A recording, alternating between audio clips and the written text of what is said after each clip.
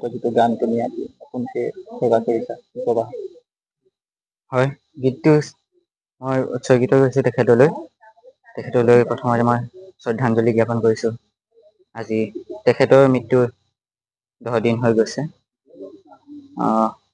অলপ দেৰিয়ে হৈছে গীতটি উন্মোচন কৰা, তথাপিও যিমান পাৰি চেষ্টা কৰিছোঁ অলপ সোনকালে উন্মোচন কৰিবলৈ।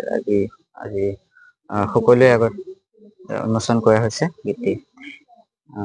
গীতটি উন্মোচন কৰিছোঁ যাতে নৱপ্ৰজন্মই তেখেতৰ যি ব্যক্তিত্ব, তেখেতৰ যি গীতসমূহ, তেখেতৰ যি কলা সংস্কৃতিলৈ অৱদান, সেইখিনি পাহৰি নাযায়।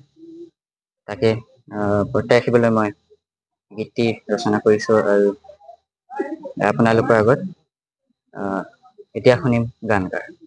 হয়, জুবিনবিহীন 10টা দিন যিহেতু আমি সকলোৱে জুবিনৰ গান শুনি ডাঙৰ হৈছোঁ।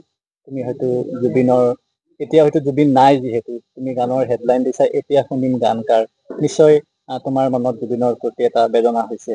হয়, হয় নহয়? হয়। কি ক'বা? যিদিনাখন তেখেতৰ মৃত্যুৰ খবৰ আহিছে, আচলতে মোৰ বিশ্বাসেই হোৱা নাই।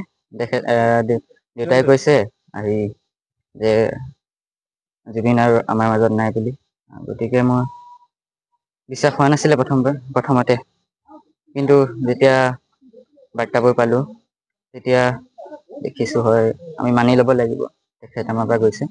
আমাৰ মাজৰ পৰা গুচি গৈছে ইতিমধ্যে। তুমি যিহেতু অষ্টম শ্ৰেণীত পঢ়ি আছা বুলি গম পাইছোঁ, আৰু এগৰাকী শিশু শিল্পী হিচাপে যথেষ্ট তোমাৰ নাম আছে। আগলৈ তোমাৰ কেনেধৰণৰ পৰিকল্পনা আছে জুবিনদাক লৈ বা গীতৰ ক্ষেত্ৰত?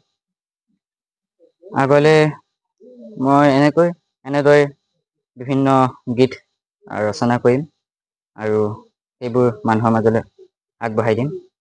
মানুহে আঁকোৱালি ল'ব বুলি জনতাই আঁকোৱালি ল'ব বুলি মই আশা কৰিছোঁ, আৰু এনেদৰে মই আগুৱাবলৈ চেষ্টা কৰিম।